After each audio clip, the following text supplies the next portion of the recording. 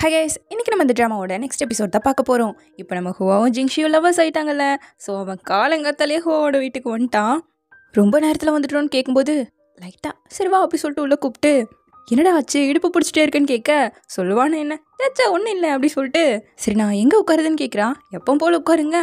எப்பவும் போலையா? நான் இப்போது உனக்கு லவ்வரில் முன்ன மாதிரி இல்லை, நம்ம இப்போ வேறு ஸ்டேட்டஸில் இருக்கோம். சரி நம்ம பேரண்ட்ஸ் கிட்ட எப்போ சொல்லலான்னு கேட்கும்போது என் அப்பாவை நினச்சாதான் எனக்கு கொஞ்சம் பயமாக இருக்குது. எங்கள் அப்பா இதை அக்செப்ட் பண்ணுற அளவுக்கு இன்னும் ரெடி ஆகலை, கொஞ்சம் வெயிட் பண்ணி சொல்லலான்னு சொல்லிட்டு இருக்கும்போது கரெக்டாக அவங்க அப்பா வந்துட்டாரு. இந்நேரத்தில் நீ எங்கே என்ன பண்ணிட்டுருக்கேன்னு கேட்கவும் ஸ்டடீஸ் பற்றி டிஸ்கஸ் பண்ணிட்டு இருந்தேன் அப்படி சொல்லிட்டு அப்படி சமாளிச்சிட்டான். சரி சரி என் பொண்ணை நீ தான் நல்லா பார்த்துக்கணும். அங்கே நிறைய ஹேண்ட்ஸமான பசங்களாம் சுற்றுவாங்க. பட் என் பிள்ளைய உன்னை நம்பி ஒப்படைக்கிறேன். எந்த பசங்களும் கிட்ட வராமல் நீ தான் பார்த்துக்கணும்னு இவன்ட்டையே பொறுப்பு ஒப்படைக்கிறாரு. என்ன சொல்லதான் முடியல.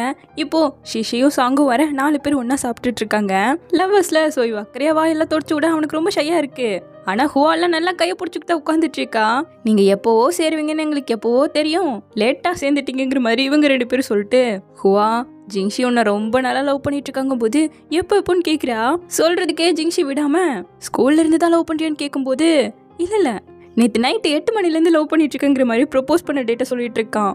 இப்போ நம்ம சிஷியை வீட்டில் காட்ட அவங்க அம்மா வந்துட்டு ஆன்லைனில் உன்னோட ஸ்டோரிஸை பார்த்தேன், சைல்டிஷாக எழுதியிருக்க, உனக்கு டேலண்ட் இருக்குன்னு எனக்கு தெரியும். ஸோ லிட்ரேச்சரை அப்ராடில் போய் படி, அங்கே க்ரியேட்டிவாக சொல்லி தருவாங்க. ஸோ நீ நிறைய கற்றுக்கலான்னு சொல்லும்போது இவளுக்கு சாங்கை விட்டு போகிறதுக்கு மனசு இல்லை. ஏன் உன் பாய் ஃப்ரெண்ட் ஒத்துக்க மாட்டான்னு நினைக்கிறியா? உன்னோட ட்ரீமை சேஸ் பண்ணதுக்காக நீ ஃப்யூச்சரில் வருத்தப்படாமல் இருக்கணுங்கிற மாதிரி சொல்லிட்டு போயிட்டாங்க. இப்போ அடுத்த நாள் ஜிங்ஷியும் ஹுவாவும் காலேஜ்க்கு வந்துட்டாங்க.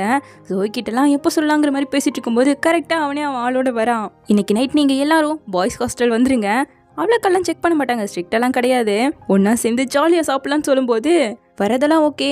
ஜிங்ஷி உன்னோட நாத்தம் பிடிச்ச சாக்ஸை மட்டும் கொஞ்சம் துவைச்சு வச்சுடுங்க.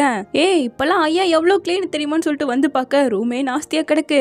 ஹோம்ஒர்க்லலாம் உங்களுக்கு ஹெல்ப் பண்ணணும்னா ஒழுங்காக சேர்ந்து க்ளீன் பண்ணுங்கன்னு சொல்லிட்டு இப்போ நைட்டு பொண்ணுங்க 3 பேரும் ஹுட்டிஸை போட்டு பசங்க மாதிரி கெட்டப்பில் மாறி நிற்க என்னடா கூட்டமாக இருக்கும் தப்பிச்சு உள்ள போயிடலான்னு, இதுதான் அவங்க ஊரில் கூட்டமானு கேட்குறாங்க.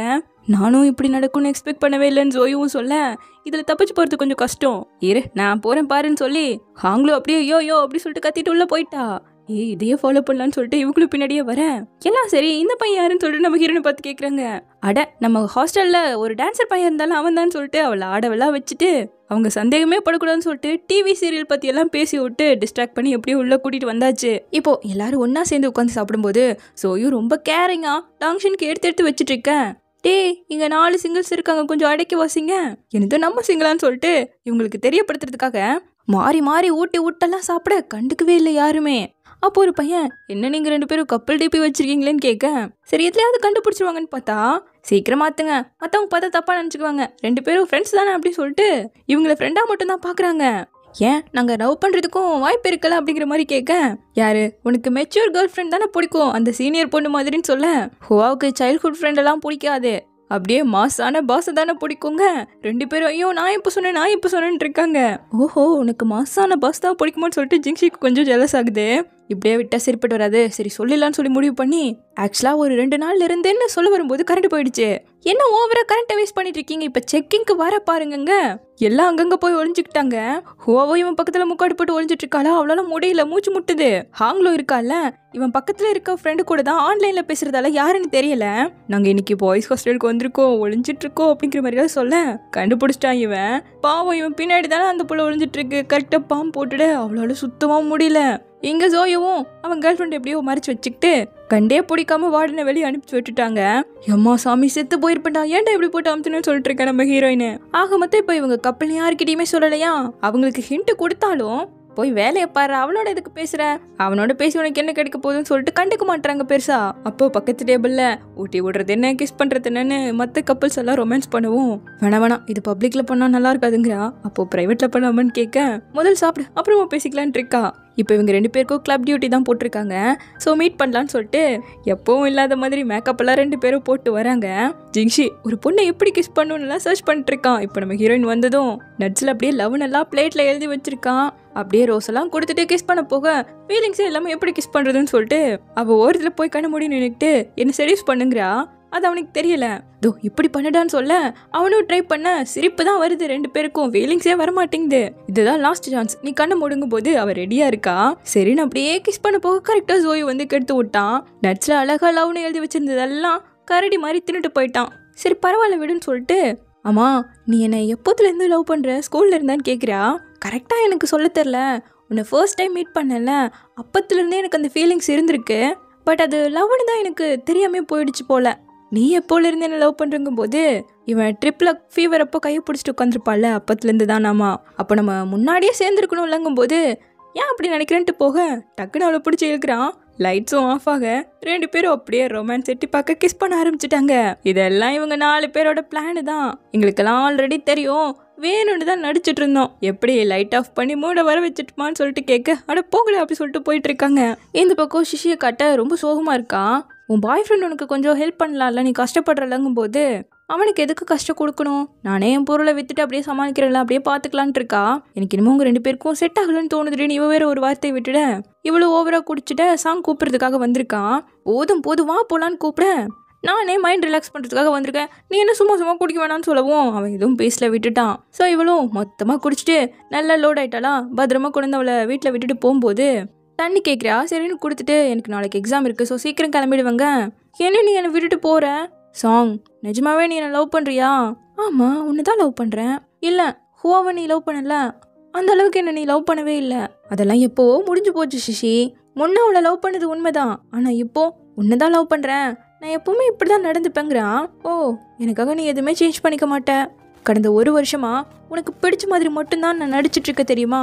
அப்போ உண்மையான உன்னோட கேரக்டர் என்னன்னு கேட்கவும் என்னோட உண்மையான கேரக்டர் தெரிஞ்சா நீ லவ் பண்ணுவியா, அது எப்படி இருக்கும் அப்படின்னு கேட்குறான். உண்மையான நான் என் அம்மா வாங்கி கொடுத்த திங்ஸ் எல்லாம் வித்துட்டு வாழ்ந்துட்டு இருக்கேன். என் ஃபேமிலியே வேணான்னு சொல்லி எனக்காக என் வாழ்க்கையவே அழிச்சிட்டு இருக்கேன் போல. எனக்கு ஈக்குவலான லவ் வேணுங்கிறதா என்னோட உண்மையான ஆசை. ஆனால் அன்ஈக்குவல் லவ் தான் எனக்கு கிடைச்சிருக்கு. இதனால கொஞ்சம் கொஞ்சமா என்னோட செல்ஃபியே நான் இழந்துட்டு இருக்கேன். நான் ரொம்ப வீக்கான பொண்ணு, இதுதான் உண்மையான நான். இன்னும் நீ என்ன லவ் பண்ணுவியான்னு கேட்க, நீ நிஜமாவே நல்ல பொண்ணு, சாஃப்ட்டு, எல்லாருக்கும் ஹெல்ப் பண்ணணும்னு நினைக்கிற மைண்டு, ஃப்ரீடமாக உன்னோட ட்ரீமை சேஸ் பண்ணுற பிரேவான பொண்ணு, அப்படியே தானே இப்போவும் இருக்க அப்படிங்கிறான். நம்ம வளர்ந்துட்டோம் நீ தானே சொன்ன, இன்னும் நான் சொல்கிறதே உனக்கு புரியலை. முதல்ல போ, உன் முகத்தை இப்போ பார்க்கவே நான் விரும்பலைங்க. நீ எனக்கு பிடிக்காத ஒருத்தனா என்னை மாறணும்னு சொல்கிற, அப்படி மாறது எனக்கு சுத்தமாக பிடிக்காது, இதுதான் உண்மையான நான். இப்போவும் நீ என்னை லவ் பண்ணுவியான்னு கேட்க அவள் அழுதுட்டு தான் இருக்கா. எதுவுமே பேசலாம் கிளம்பிட்டான். முதல்லலாம் ஒரு ட்ரூ லவ் தான் ரொம்ப ரொம்ப வாழ்க்கைக்கு முக்கியம்னு நினச்சிட்டு இருந்தேன். ஆனால் இப்போ தான் புரியுது, ஃபேமிலி, பேக்ரவுண்ட், சோசியல் சர்க்கிள்னு இந்த கேப்ஸை எல்லாம் என்னோட லவ்னால் ஓவர் கம் பண்ண முடியாது அப்படின்னு மனசுக்குள்ளே நினச்சிக்கிட்டே ரொம்ப ஃபீல் பண்ணுறான். இப்போது வீக்கெண்டுக்கு வீட்டுக்கு வந்திருக்காங்க. நீ போன்னு சொல்லிட்டு போகவே மனசு இல்லாமல் ஹக் பண்ணிட்டு நின்றுட்டு இருக்கேன். கரெக்டாக ஜிங்ஷோட அம்மா வராங்க. ஐயோ ஆன்ட்டி அப்படி சொல்லிட்டு என்ன இந்த பக்கம் அப்படி சொல்லி அப்படியே சமாளிச்சிட்டா. நான் என்ன உங்கள் வீடு வரைக்கும் தான் போயிட்டு வந்தம்மான்னு சொல்லவும் சரி நான் என் வீட்டுக்கு போகிறேன்ட்டு ஓடிட்டா. அவங்க அம்மா பார்த்துட்டாங்க. இங்கே பாருடா பையன்னா ரெஸ்பான்சிபிலிட்டிஸோடு நடந்துக்கணும். ஸ்கூல்லேருந்தே நீ அவ்வளோ லவ் பண்ணிருக்கல, எனக்கு ஆல்ரெடி தெரியுங்கும் போது சேச்சா இல்லைங்கிறான். என்ன இல்லையான்னு கேட்க ஆமாம்மாங்கிறான். ஹோவை நல்லபடியாக பார்த்துக்கணுங்கிற மாதிரி அம்மா சொல்லிட்டு போகிறாங்க. இப்போ சிஷியை காட்ட தூங்கி எழுந்ததும் சாங் சொன்ன வார்த்தைகளை யோசிச்சு பார்த்துட்டு அவளோட அம்மாவுக்கு கால் பண்ணி நான் அப்ராடுக்கு போகிறதுக்கு ரெடியாக இருக்கேன்னு சொல்லிட்டா. எக்ஸாம்ஸ் முடிஞ்சதும் நம்ம கொஞ்சம் பேச வேண்டியது இருக்குன்னு சாங்க்கு மெசேஜும் பண்ணுறா. எங்க ஹோவோட அம்மா அப்பா வந்துட்டு வெளியே போயிட்டாங்களாமா. ஸோ அப்படியே ஜாலியாக ஜிங்ஷி வீட்டுக்கு வந்திருக்கவும் சும்மாவாக இருப்பாங்க, இவங்க வீட்லேயும் ஆள் இல்லை. அவனோட ரூமில் உட்காந்துட்டு அப்படியே ரொமான்ஸ் பண்ண ஆரம்பிக்கும் போது கார்கியை மறந்து வச்சுட்டு போன அப்பா எடுக்க வந்தவர் இதை பார்த்துட்டாரு. ஹுவா என்ன பண்ணுறேன்னு அங்கேருந்து கத்த இவங்க 2 பேரும் பயந்துட்டாங்க. கட் பண்ணா எப்போதுலேருந்து இது நடக்குதுன்னு கேட்க ஒரு 2 நாளில் தாங்கிறா. உன்கிட்ட கேட்கல இவன்கிட்ட கேட்டேன்னு கத்த பையன்கிட்ட மெதுவாக பேசுங்க, எதுக்கு திட்டுறீங்கன்னு. எப்போ இருந்துப்பா நீயே சொல்லுன்னு சொல்லி கேட்குறாங்க. ஆன்ட்டி அங்கிள் நான் நிஜமாவே ஹுவாவை லவ் பண்ணுறேன். 2 நாளில் இருந்துதான், பட் இதை உங்ககிட்ட முன்னாடியே சொல்லணும்னு நினச்சேன். எனக்கு கரெக்டான வாய்ப்பு கிடைக்கல, எப்படி சொல்கிறதுன்னு தெரிலங்க போது அவருக்கு கடுப்பாயிடுச்சு. என் பிள்ளைய நல்லா பார்த்துக்கணும் உங்ககிட்ட ஒப்படைச்சா நீயே இந்த வேலையை பார்த்து வச்சிருக்கியா, எவ்வளோ போய் வாயை திறந்தா போயின்னு சொல்லிட்டு திட்ட நீ போட அப்படி சொல்லிட்டு அவனை அனுப்பி வச்சுட்டு பா எதுக்குப்பா அவன்கிட்ட இப்படி நடந்துக்கிறீங்க, எனக்கும் அவனை பிடிச்சிருக்கு, அதுக்கு வேண்டி இப்படி தான் பண்ணுவீங்களான்னு இவ்வளோ கத்த பிள்ளையும் பிடிச்சி திட்டி விட்டாரு. என் புள்ள லவ் பண்ணுறதை என்னால் ஏற்றுக்கவே முடியாதுங்கிறாரு. என்ன நீங்கள் பொண்ணோட ஃபீலிங்ஸை கூட புரியாமல் பேசுறீங்கன்னு சொல்லிட்டு அம்மா அழுதுட்டு போயிட நானும் தான் அப்பாவா இருக்கேன், எனக்கும் ஃபீலிங்ஸ் இருக்கலன்னு சொல்லிட்டு இவரு உட்காந்து ரொம்பவே ஃபீல் பண்ணுறாரு. நைட்டெல்லாம் ரொம்ப யோசிச்சிருப்பாரு போல. நேராக எழுந்ததும் ஜிங்ஷியை தான் பார்க்க வர்றாரு. அம்மா பயந்துட்டாங்க. அவன் எங்கே கொஞ்சம் பேசணும்னு சொல்லிட்டு இது கொஞ்சம் ரூடாக பேசிட்டேன் என்னை மன்னிச்சிடுன்னு சொல்லி ஹுவாவை முதல் முறையாக கையில் தூக்கும்போது நான் ரொம்பவே பயந்தேன். ஏன்னா அவள் அவ்வளோ இத்தனும் இருந்தா. அதுக்கப்புறம் அவளோட ஹெல்த் இஷ்யூஸால் அவளை நாங்கள் 2 பேரும் தனியாகவே விட மாட்டோம், எப்பவும் கூடவே இருந்து பத்திரமா பார்த்துக்கிட்டோம். அவளோட வாழ்க்கை நல்லபடியாக இருக்கணும். என்னோட லைஃப்லையே ஹுவாவும் லினாவும் மட்டும்தான் முக்கியமான விமன்ஸ். அந்த 2ல் ஒருத்தி உன்கிட்ட ஒப்படைக்கணுங்கும்போது என்னால் எப்படி ஏற்றுக்க முடியும்? அதான் இப்படி ரியாக்ட் பண்ணிட்டேன். நீயும் அப்பாவாகும்போது இந்த ஃபீலிங்ஸ் உனக்கே புரியும்னு இவர் எமோஷ்னலாக பேசிகிட்டு இருக்கேன். இது எல்லாத்தையும் வெளியே நின்று ஹுவா கேட்டுட்டு தான் இருக்கா. இவரும் இங்கே என் பொண்ணை உனக்கு கொடுக்கணும்னா நான் சொல்கிறத நீ கரெக்டாக பண்ணணும். நீங்கள் 2 பேரும் நல்லபடியாக வாழ்ந்தீங்கன்னா என்னோட பிளெஸிங் உங்கள் 2 பேருக்கும் இருக்கும். அவளை எந்த புள்ளியும் பண்ணாமல் நல்லபடியாக அவளை பார்த்துக்கணும். இதே 2 பேரும் நல்லா வாழலன்னா பிரிஞ்சு போயிடணும். ஜஸ்ட் ஃப்ரெண்டாக மட்டும் தான் இருக்கணும். எங்களால் கடைசி வரைக்கும் ஹுவா கூடவே இருக்க முடியாது. அவளை நல்லா புரிஞ்சுக்கிட்ட ஒரு ஃப்ரெண்ட் வாழ்க்கைக்கு தேவை. ஸோ ஒரு ஃப்ரெண்டாவாச்சும் நீ அவளோட வாழ்க்கையில் இருக்கணும்னு சொல்ல இங்கே இது கேட்டு தேம்பி அழுதுட்ருக்கா ஹுவா. ஜிங்ஷியும், அங்கிள் நான் கண்டிப்பாக ஹுவாவை நல்லபடியாக பார்த்துப்பேன். நான் அவளை நிஜமாக தான் லவ் பண்ணுறேன், சீரியஸாக தான் இருக்கேன். ஹுவா உங்களுக்கு மட்டும் முக்கியமான பொண்ணு இல்லை, எனக்கும் ரொம்ப ரொம்ப முக்கியமான பொண்ணு தாங்க. சரி, இந்த டீல் நமக்குள்ளேயே இருக்கணும்னு சொல்லிட்டு வெளியே வர பொண்ணு அழுதுட்டு நின்றுட்டுருக்கா. வேறு எதுவும் பேசல, சம்மதிச்சிட்டாரு. நல்லபடியாக வாழணுங்கிற மாதிரி தலையை மட்டும் தட்டி கொடுத்துட்டு போயிட்டாரு. ஸோ இப்படியே இந்த எபிசோட் முடியுது. சீக்கிரமாக இதனோட நெக்ஸ்ட் எபிசோடோட வந்து பார்க்குறேன். தேங்க்யூ.